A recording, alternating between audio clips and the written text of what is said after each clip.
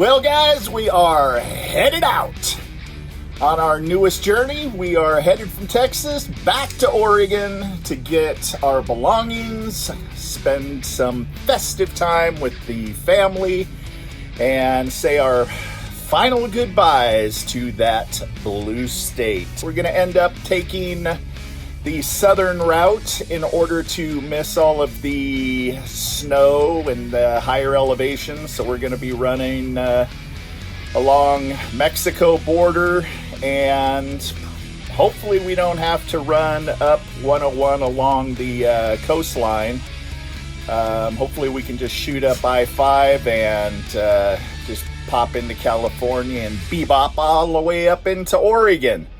So here we go. Let the journey begin. Oh, good times.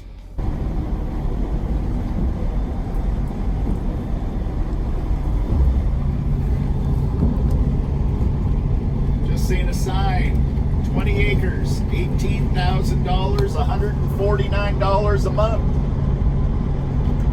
Bug out. Hello, all you RV enthusiasts. Well, we're on the road. Just past Fort Worth, headed to El Paso. Today is, we're having to work a little bit harder than we normally do. And right now, I'm kind of butt puckering because when rigs start passing you like this guy here, we're having extreme high wind warnings, and at any time they can just yank you one way or another.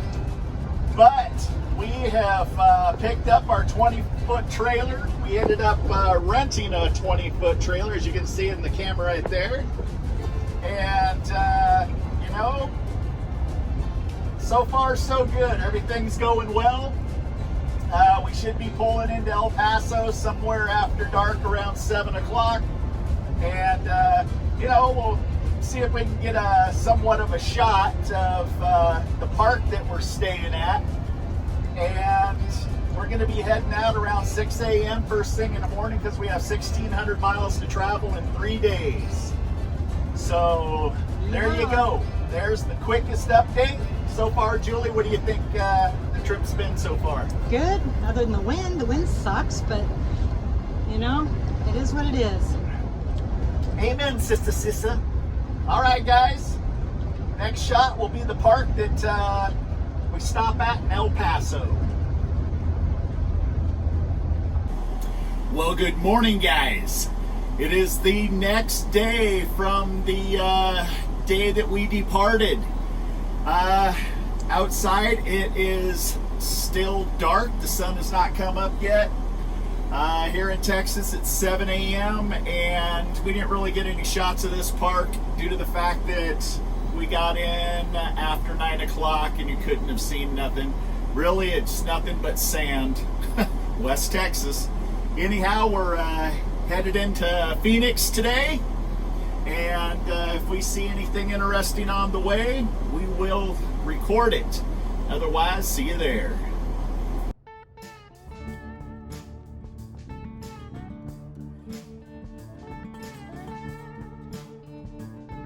This, ladies and gentlemen, is why Texas doesn't need any stinking oil from Biden or anybody else. Check out these refineries. That's the reason why gas is $2.85 a gallon in December 2021.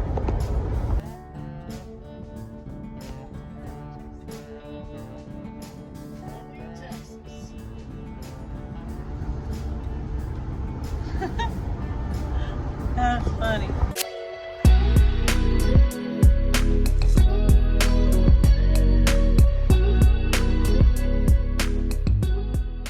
Hey guys, we just left Texas, drove through New Mexico. Well guys, we have, sun finally came up and we made it into New Mexico. Hola!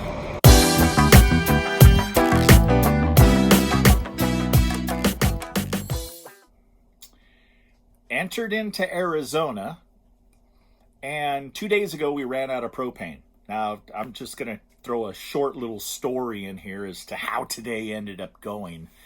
How many of you out there know better than to not veer off of truck routes when you're pulling a 65-foot rig?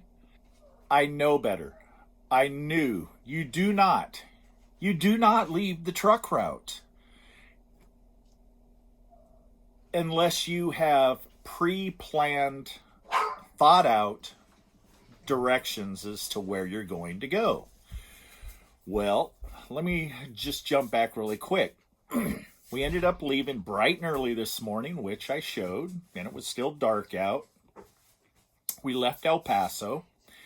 We cruised through New Mexico, straight through the corner of it, into Arizona. Now again, we were out of propane 2 days ago, and we were jumping from park to park and just using the park power to recharge our refrigerator. And then every time that we left the park, we couldn't open our refrigerator because it would get warm. So, we didn't want to spoil our food. So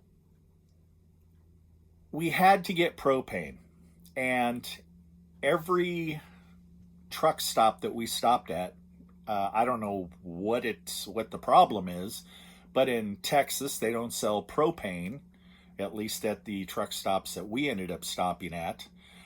So we couldn't get propane at the truck stops in Texas. New Mexico, nope, no propane at the truck stops that we stopped at. And we also have what's called a TSD card, Julie? TSD or TDS or something like that. It's a gas card. It's like a club, and purchasing through the club, you can save up to 75 cents a gallon, which by the way, it is a very, very good club to be part of. I think we just ended up at the last gas station was like $3.89 a gallon, and by the time we were done, we paid $3.09 or something like that. It was just an amazing savings. So anyhow, we ended up cruising through New Mexico, ended up in Arizona, and before we got to the park, Julie's like, Scott, we really have to get propane. I'm just like, all right, well, call ahead to the park and see, if somebody's going to be there in order to fill us up, because all of the RV parks always have propane. Well, we were pulling in after 5 o'clock, and the woman on the phone was like, no, nobody's going to be here, but there's a Pilot fuel station at the town just before you get to us, and they have propane. So we're like, okay, well, that's cool. We'll just go to that Pilot station. So we stopped at the town before our RV park, and we pulled into Pilot. Well, Julie hops out, and first off, where the propane tank was around all of these big rig semis was almost impossible to get to. So I'm sitting there, bobbing, dodging, and weaving through all these semis in order to get the right side of my coach lined up with this small little propane tank that's jammed over in the corner of the parking lot. So after I spend 15 stressful minutes of trying to get the rig all lined up around all the semis without pissing everybody off, Julie runs inside, and they inform her, sorry, the gentleman that fills propane is not here, so we can't fill your propane. Okay, lovely, right? So Julie's like, okay, well, do you have any other suggestions as to what we can do? She's just like, well, I do help manage a RV park that's about 3-4 miles down the road from here, and let me call the owner and see if he will go ahead and let you come in and fill up your rig. So she comes running out, and she's just like, yep, I talked to the owner of the RV park, and I don't want to say the name of the RV park because my story is not necessarily going to reflect that wonderful about the RV park. So she comes out and she's just like, now, first off, remember this. She runs out and she sees 65 feet of monster RV and trailer, right? And she says, yeah, go to this RV park and he's sitting there waiting for you and he will go ahead and fill your rig for you with propane. We're just like, cool. So she gives us directions. So we head and we tootle down the road and the sun's down. It's dark and we're following her instructions. So Julie puts the name of the park into GPS and it leads us to down this dark road. And she said, now you will end up going down a dirt road. Just, understand you're on the right road. I can't even believe that I did this. But we end up getting to this RV park, and this is not something that I would normally pull into, especially after dark. No lights, but maybe one 75 watt bulb sitting out, shining on this ancient travel trailer with RV park written. I think it was duct taped RV park on this side of it. I don't know, but that's kind of, you might be getting the picture here. So I look down this road and I'm just like, there's no way that could be the entrance to an RV park. And Julie's like, no, just go down to the next driveway. Obviously, there's another entrance. So I end up pulling down to this next driveway and it was not an entrance to an RV park. So now I'm stuck down this road. I have to back my rig up in the dark, and there's this turnaround with this big drop off. So I maneuver the whole rig, turn it around, and I head back, and I'm looking at this entrance to this RV park.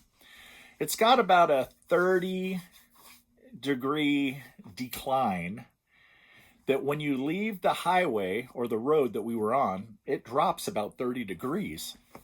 And the width of the entrance was probably 12 feet. It wasn't any bigger than 12 feet. And so here I am on the wrong side of the road. So I swing across the highway and I'm just like, Julie's just like, come on, we can do this. We need propane. So I'm just like, okay, I'm going to have to put my skills to work here to swing this giant rig into this 12-foot wide opening on this 30-degree incline, leaving the flat highway or flat road. So I pull off the road and my hitch extension just digs into this driveway and into this cattle guard. There was a cattle guard down at the bottom. And I'm just like, cringing when I hear the grinding, and URV enthusiasts know what I'm talking about. Whenever you're grinding on your hitch or something underneath your coach, it's very, very bothersome. So I'm hearing the grinding, and anyhow, I finally stop, and I'm just like, Julie, you're going to have to get out and make sure I'm not, wrenching the trailer on. Oh, yeah, and not only was it 12 feet wide, there was concrete walls about 2.5 feet on each side of this entrance. So not that you could just, hang off the 12 feet or overhang, you're going to hit a concrete wall on either side. So knowing how I had to get in, I shot at an angle down this 30-degree, trying to keep the coach from just really bottoming out. And then I had to turn it as my coach is going down, and I can just picture how high the trailer is, the hitch and everything. And it comes down and it hits the cattle guard and the whole bit. I'm just like, oh man, this is, Lord, please, just, let's just keep this all together. So I'm just like, man, I'm just going to go for it because I'm just going to have to drag right through this cattle guard. So, after we get through it, we start down this dirt road. And I don't know if there's any damage at this point. But I'm so frustrated that even if there was damage, I'm going to keep on driving. I'm going to get my propane, okay? And then after I get my propane and everything's all done, then I'll evaluate if there's any damage. So we go down this road, and then next thing I know, there's another small right-hand turn that you have to make in order to get into this RV park. I'm just like, whatever. What I just went through, I can just pretty much do anything now, as long as I haven't totally ruined the trailer and back. So I end up maneuvering the whole rig into this entrance between these two trailers entering this park. Now, most of you out there probably would have been smart enough not even to have attempted this, but it just kind of shows the IQ of me.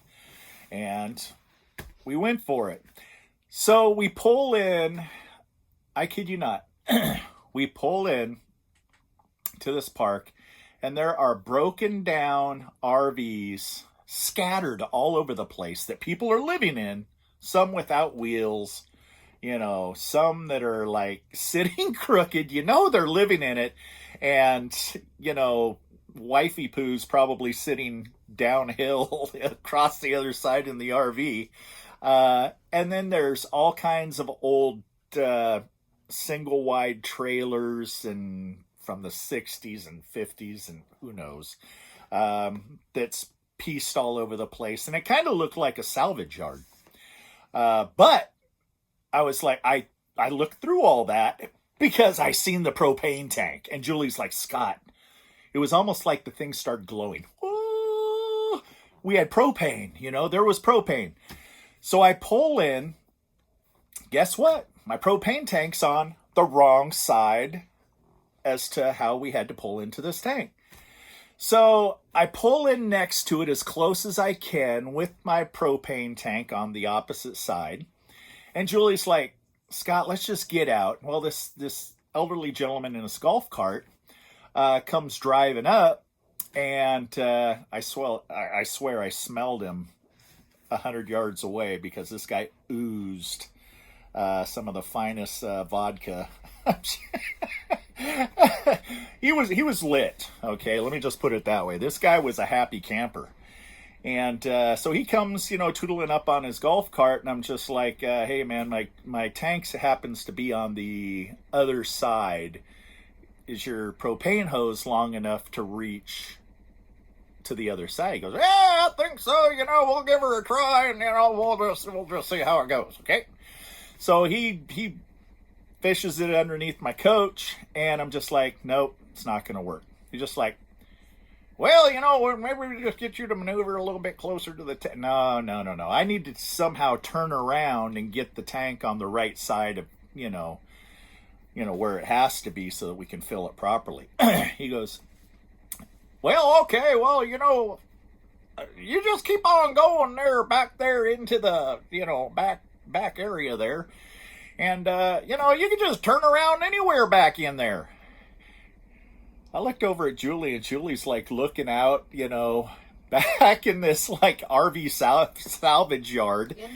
In the dark, with little like light bulbs and half piles burnt of gravel and dirt scattered throughout like obstacle courses. Yeah, I mean, seriously, piles of dirt and gravel and, just piles everywhere. There was really no place. He's just like, oh yeah, I got semis that turn around in there. I'm just like, all right, Julie, we're gonna have to try this. We're gonna have to go for it. So I pull back in there, and we heard banjos, I swear it.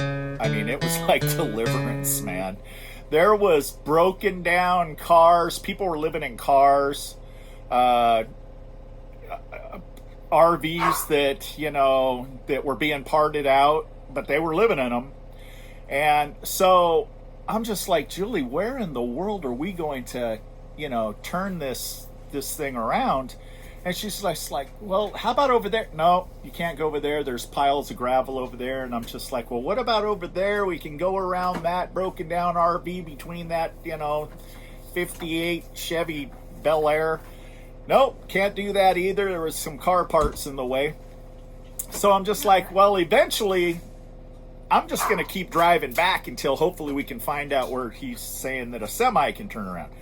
So we drive back in there, and I'm just like, okay, this has to be close enough for me to be able to just jackknife this thing around. And I barely got it between broken down cars and dirt piles and through potholes and all of this stuff. And I got it turned around, and I brought it back in there. Brought it back to where the propane was, and it's just like, well, you really didn't have to go through all that. You could have just turned it around right over there. And I'm just like, well, there was just no place to turn this thing around. I mean, the turning radius really isn't that. Oh, yeah, I drove a truck for years. I could have done it. I'm just like, all right. So, you know what? Let's just go ahead and fill up this propane. So he hooks it up. And first off, I didn't want to blow up. I mean, this guy, he's like, well, normally I'm not the one that does this. The girl that worked at the gas station that told you to come, she's normally the one that fills this, but I'll figure it out. I'm just like, oh, man, what in the world, Julia, we got ourselves into? So I'm just like, hey, man, just here, give it to me. I'll do it. And he's like, no, you know what? I'm 71 years old and I can get her done. Okay, fine. So, after sitting there hearing a couple of, stories while he's trying to fiddle this thing on my tank, and I didn't want to insult him because he was so inebriated that he probably wouldn't have realized that, whatever. So 10 minutes later, he got it on and he's filling it up. And he doesn't open up the pressure regulator, the relief valve. And I'm just like, well, we're going to have to open that relief valve. Hey, here, let me do that. And, I know how to do this. So he opens up the relief valve, and I go, Julie, can you go ahead and keep an eye on the meter in there? Because we have a 100-pound tank that lays across the belly of the coach. And so anyhow, he's filling it up, and he's sitting there telling me a story, and this thing's just spouting off. Just, I'm just like, hey, man, it's full. And Julie's standing there going, Scott, it's full. And I go, hey there, partner, it's full. And, by the time he finally hears what I'm saying, the whole end of it's, 100 below because it's frozen, because it's been spouting off so long. And, I didn't want to reach in there. He had the glove on, and the thing was just, you know what I'm saying. So after we're done, I'm just like, okay, what do I owe you? He's just like, well, I used to be able to do this in my head, but I can't do it anymore because I'm 71, 72 years old. And so he pulls out his phone, and I'm just like, oh yeah, I guess I should have asked you how much it was a gallon, And he's just like, well, he goes, here, let me sit and figure this out here, so I'll figure it out. So he goes, 260 times, 25, and there's snarf and snarf. And so, yeah, $65. And Julie handed me $2.50s, and I'm just like, hey, partner. I'm thinking to myself, I'm not even going to even worry about change with this guy. I said, well, here, you helped us out in the dark. Mission accomplished. Here you go. Merry Christmas. And he's just looking at it, and he's just like, looking at me like maybe it's not enough money. And I go, that's $2.50s, so that's $100. And you just told me it was $60-some, so Merry Christmas. There you go. He's just like, well, wait a second. Let me just make sure that I got this right here. So, another couple of minutes just to appease the guy, because he did come out in the dark and fill our rig, so, okay. We got our propane.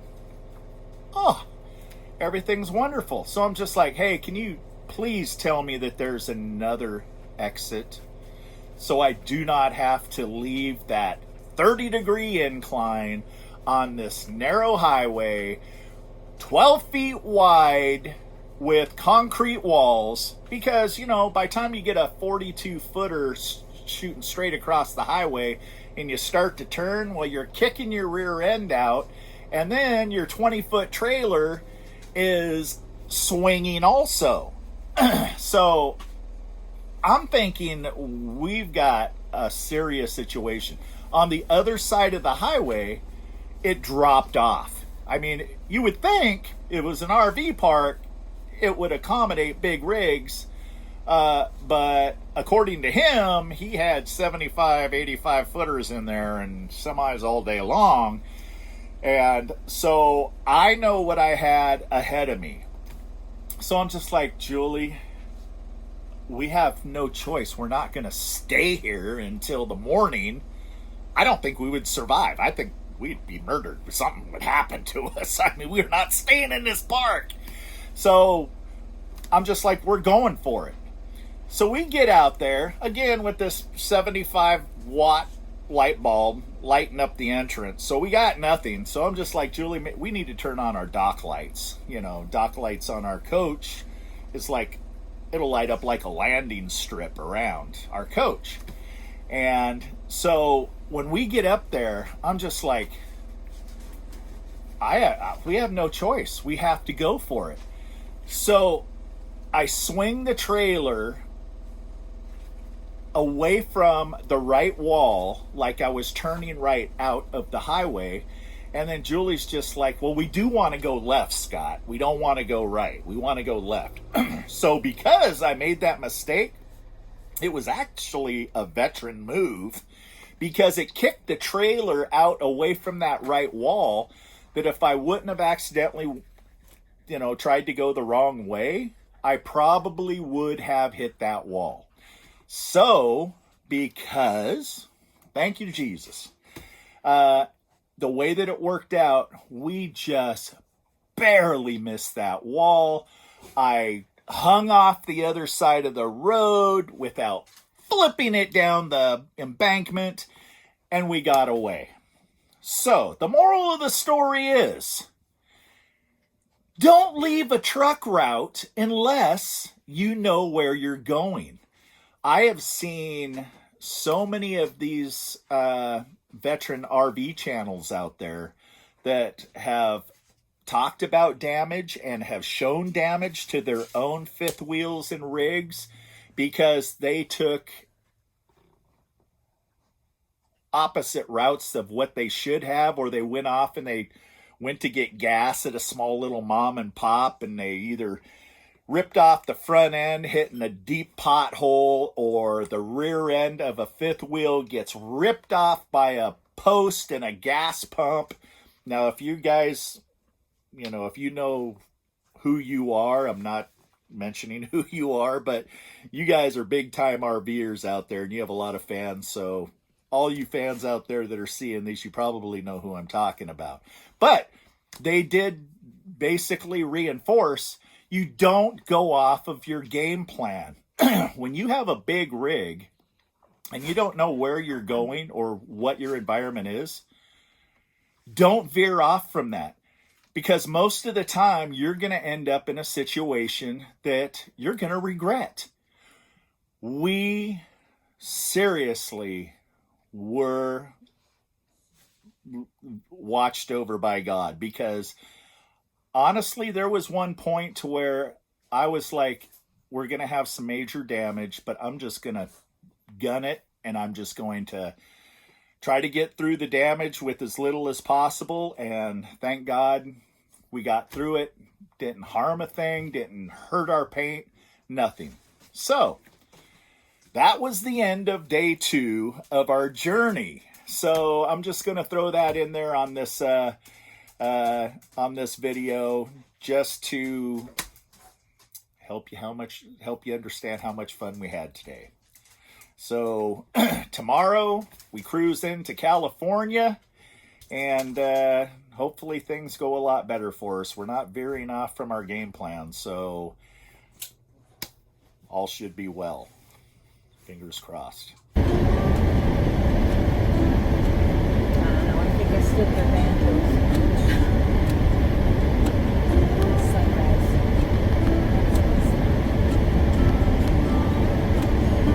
Born in RV. Can't get better than this. Look at that beautiful Arizona sunrise. Okay, guys, we're coming up on the park. Just wanted to show you here really quick as to what we experienced. Now, envision it after dark.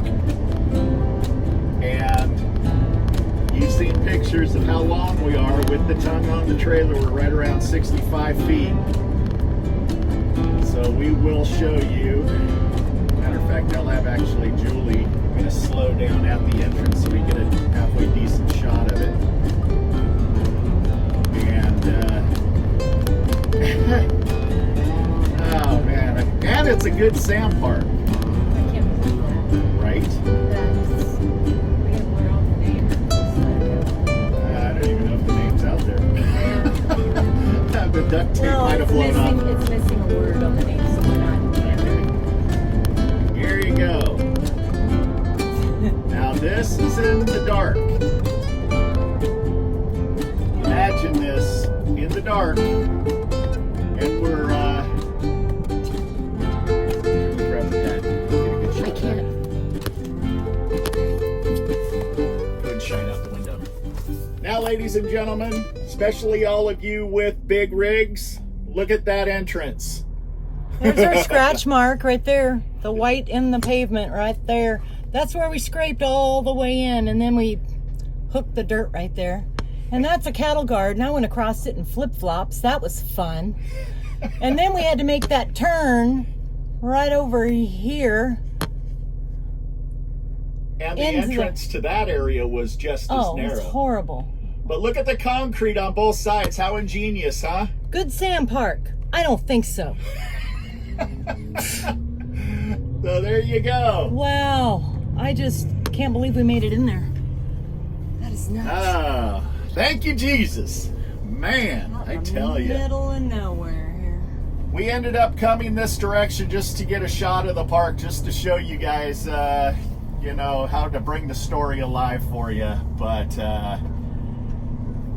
it's beautiful out here, though. If you've never been in Arizona, this is just gorgeous. If you need a, you know, if you're a prepper or you've always wanted to have a place to escape to, again, dirt's cheap. Don't wanna hold